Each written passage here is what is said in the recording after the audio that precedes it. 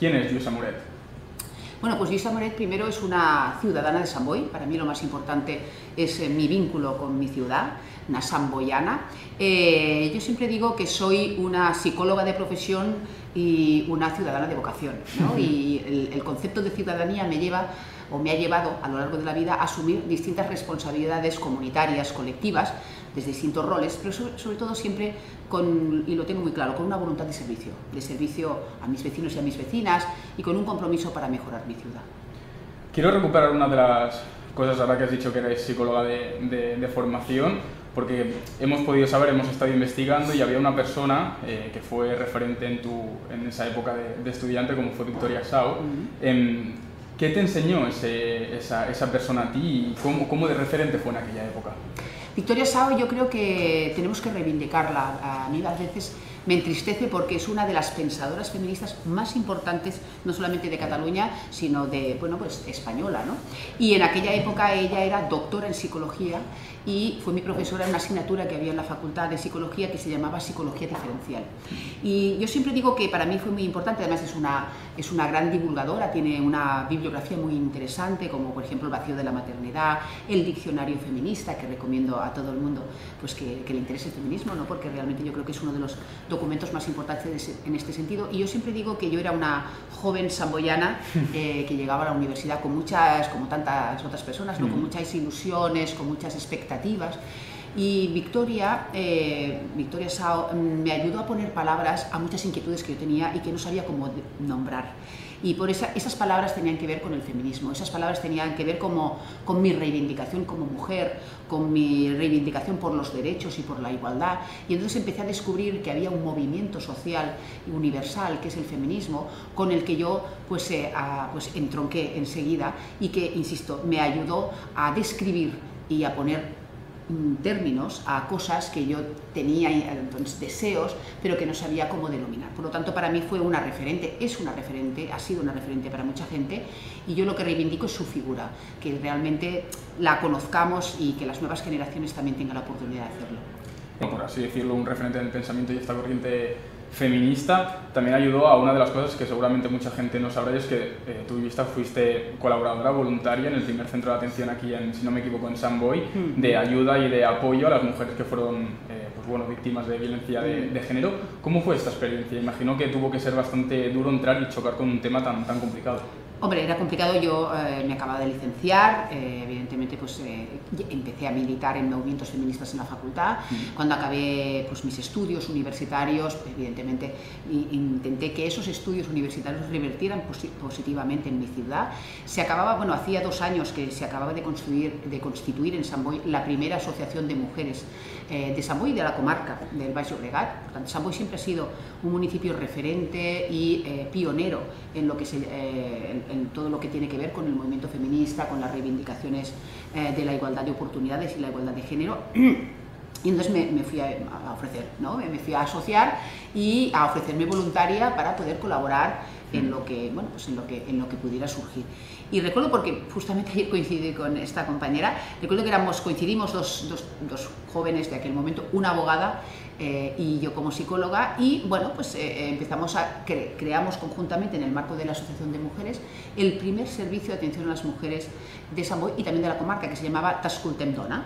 Y entonces, bueno, voluntariamente por las tardes, cuando nos lo permitía nuestro trabajo, dedicábamos varias tardes a atender, a orientar, a acoger a mujeres que se encontraban en diversas situaciones, pero evidentemente, desgraciadamente, muchas situaciones de violencia que, como te decía antes, ni tan solo ellas sabían identificar que eran víctimas de situaciones de violencia. Estábamos hablando de los años 90, estamos hablando de que justo a principios de los 80, en el año 83, se acababa de aprobar la ley del divorcio, que nos parece que es una cosa muy consolidada, pero en aquel momento había gente, mujeres, que ni tan solo sabían cómo divorciarse, cómo separarse de sus parejas. También en el contexto, para que nos hagamos una idea, todavía no estaba la Policía Autonómica, no había Mossos d'Esquadra, teníamos la comisaría de la Policía Nacional aquí en nuestra ciudad, no había ningún protocolo de atención a las mujeres víctimas de violencia, no habían servicios especializados. Normalmente a las mujeres que eran víctimas de situaciones se les atendía en el ámbito de los servicios sociales. Por lo tanto, estaba todo por hacer, de alguna manera, en este sentido. Por lo tanto para mí fue una experiencia maravillosa, primero en el marco de la Asociación de Mujeres de Sant Boi, o sea, en el movimiento feminista comarcal, local, y luego ir profesionalizando los servicios que, bueno, pues evidentemente ahora disponemos de protocolos, de circuitos, de servicios especializados, de regidurías, también de ámbitos políticos especializados, también de servicios dentro de interior, de las policías autonómicas, de las policías locales, pero en aquel momento, pues bueno, yo tengo, pues me hace ilusión decir y el orgullo de que fuimos pioneras. ¿Cómo moldeo esta experiencia? Al final lo has dicho, no es lo mismo la teoría que al final la práctica una vez te encuentras en el mundo real. ¿Cómo moldeo esa experiencia a la Lluïsa que tengo hoy aquí enfrente?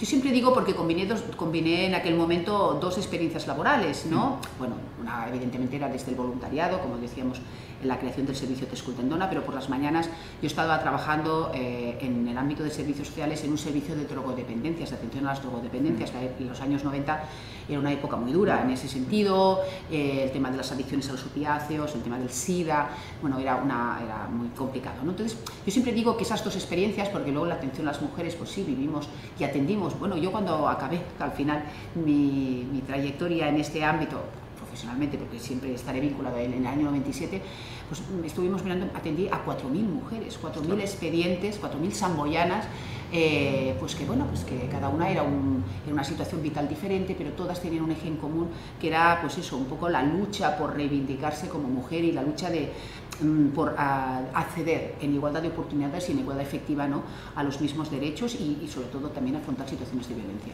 Pues como te digo, esa combinación de atender por las mañanas, estaba las mañanas en el servicio de drogodependencias y por las tardes en el Tescultendona, siempre digo que ha marcado mi vida definitivamente, y porque estuve allí, estoy aquí, porque allí entendí claramente que solo los servicios públicos y un buen sistema de servicios públicos puede garantizar la igualdad de oportunidades, porque si no, hay un montón de personas en nuestras ciudades, en nuestros pueblos, que si no existieran servicios públicos de calidad no tendrían acceso a poder ser atendidas y poder resolver o al menos abordar sus problemáticas, ¿no? Por eso en aquel momento pues tuve claro que es igual desde qué rol, del rol político, desde el rol técnico, tenía claro que trabajaría toda mi vida a favor y para garantizar buenos sistemas de servicios públicos. Aquí y cada vez en más ciudades o municipios, Lluïsa, desgraciadamente escuchamos en los plenos municipales partidos políticos negar una evidencia como es que las mujeres siguen muriendo, siguen sufriendo violencia machista. ¿Qué mensaje te gustaría trasladarles a aquellas personas que creen que esto es un cuento? Bueno, pues yo creo que el mensaje más claro, en principio, es mantenernos, mantener la defensa de nuestros principios y de nuestros valores, ¿no? Porque, como bien decías, una cosa es pues, el ámbito más ideológico, el ámbito incluso más político, y otra es la realidad cotidiana en los municipios, en los pueblos, en las ciudades. Eso lo vivimos cada día. Y negar que hay, desgraciadamente, miles, millones de personas en el mundo, en este caso mujeres, que son víctimas de violencias muy diversas, porque los maltratos son muy diversos, tienen mucha diversidad de formas, porque nosotros hablamos, muchas veces lo más visible son las violencias físicas, los asesinatos, que son la expresión más dramática de la discriminación de género, pero hay muchos tipos de discriminación y de violencias en el ámbito laboral, en el ámbito social, en el ámbito familiar, ¿no? Por lo tanto, yo creo que la única solución es mantenernos firmes en esa defensa, evidentemente no renunciar ni ceder un milímetro. Las y los demócratas tenemos que estar unidos en esa lucha. ¿Por qué? Porque al final lo que estamos hablando es de derechos humanos. Estamos hablando de la defensa de los derechos humanos del 50% de la población del mundo. Porque ser asesinada, ser violentada, ser violada, ser maltratada por el simple hecho de ser mujer es una violación flagrante de los derechos humanos. Pasando un poco a un plano más personal, Lluïsa, has pasado por cargos, obviamente, desde todas desde ser concejal hasta ahora alcaldesa de Sant Boi de Llobregat, también presidenta de la Diputación de Barcelona. ¿Te has encontrado problemas únicamente por el hecho de ser mujer en política? Yo creo que todas las mujeres de nuestra generación y desgraciadamente ahora también, en algún momento de nuestra vida o en algunos momentos de nuestra vida personal o profesional, nos hemos encontrado con situaciones, pues bueno, de discriminación por el hecho de ser mujer, ¿no? Muchas veces esas discriminaciones, como te decía, ¿no?, desde el principio, cuando empecé a poner nombre a las cosas, han pasado desapercibidas, te pasan desapercibidas, porque nosotros, todas y todos nosotros, hemos estado educados en un sistema ideológico patriarcal, hemos convivido con conductas machistas, misógenas, ¿no? Muchas veces ni tan solo eres consciente de que has vivido una situación de violencias machistas, y otras veces los propios, digamos, los propios agresores tampoco son conscientes de que están imprimiendo violencia, ¿no? Por lo tanto, esa es la lucha, ¿no? Es también la sensibilización, es la concienciación, es el tomar conciencia de que es un compromiso colectivo y que lo primero que tenemos que hacer es desaprender, ¿no?, que el tema de desactivar nuestros propios aprendizajes primarencs, ¿no?, e iniciales en nuestros entornos familiares incluso, porque eso está impregnado durante siglos, ¿no?, en las vidas cotidianas, en el ámbito social y en el ámbito público, pero también en el privado de nuestra historia. Por lo tanto, yo creo que, te digo que todas las mujeres, y si no todas, la mayoría de mujeres de mi generación y yo misma, pues sí, hemos vivido situaciones de discriminación que muchas veces las he identificado a posteriori, y no en el momento en los que él la estaba viviendo. Al final, Lluïsa, con todo lo que estamos hablando ahora, mujer en un mundo o ámbito de la política donde la gran mayoría es hombres, ahora parece que estamos iniciando un nuevo ciclo, sobre todo a nivel local y también nacional, de que las mujeres empiezan a tomar cargos importantes. ¿Consideras que la política es difícil siendo mujer? Bueno, todos los ámbitos de la vida pública son complejos, ¿no? Si partimos de una situación, como te decía, en un marco de referencia donde ideológicamente y socialmente todavía la igualdad real no existe, ¿no? Yo creo que hemos avanzado muchísimo porque tenemos marcos legislativos muy importantes que han apostado y que garantizan la igualdad legal, y eso es así, eso ha cambiado sustancialmente nuestra realidad. Nuestro país ha sido pionero, y lo tenemos que decir, de la mano de gobiernos progresistas, y yo recuerdo Zapatero, ¿no?, el presidente Zapatero, que hizo el primer gobierno paritario de la historia, ¿no? O ahora, por ejemplo, ¿no?, Pedro Sánchez, que está hablando de la ley de paridad, entre otras. La primera ley, ahora celebramos el 20 aniversario de la primera ley contra la violencia machista que se aprobó, pues, en el gobierno socialista del presidente Zapatero. Por lo tanto, hemos avanzado muchísimo gracias a esos compromisos legislativos y también políticos, porque que las mujeres ahora estemos en las candidaturas, en los congresos, en los parlamentos, en los gobiernos y ostentando espacios de responsabilidad, es por una lucha interna también en las organizaciones políticas a favor de las listas paritarias y cremallera. Si no, eso no sería posible. Y eso han sido también luchas internas que luego se han ido trasladando en el día a día. Por lo tanto, ¿es difícil? Sí, pero evidentemente es mucho mejor. Yo misma, estamos recogiendo el legado de las que nos precedieron, de todas las mujeres que históricamente, desde los movimientos feministas, luego desde su trabajo, desde pues, los entornos públicos de responsabilidad, han trabajado intensamente para que, bueno, las que las teníamos que suceder tuviéramos más oportunidades. Y ahora es nuestra responsabilidad, nuestra generación tiene la responsabilidad y la obligación y el compromiso de continuar trabajando para las que nos tienen que suceder encuentren un mejor espacio. Hablando de nuevas generaciones, y ya para terminar, Lluïsa, me gustaría preguntarte un poco, en este espacio más reflexivo también y de reivindicación, ¿qué le dirías a aquella mujer que se sigue encontrando, pues, piedras en el camino y sigue sufriendo este tipo de situaciones en su día a día para llegar a ser, pues, lo que quiere ser una mujer referente?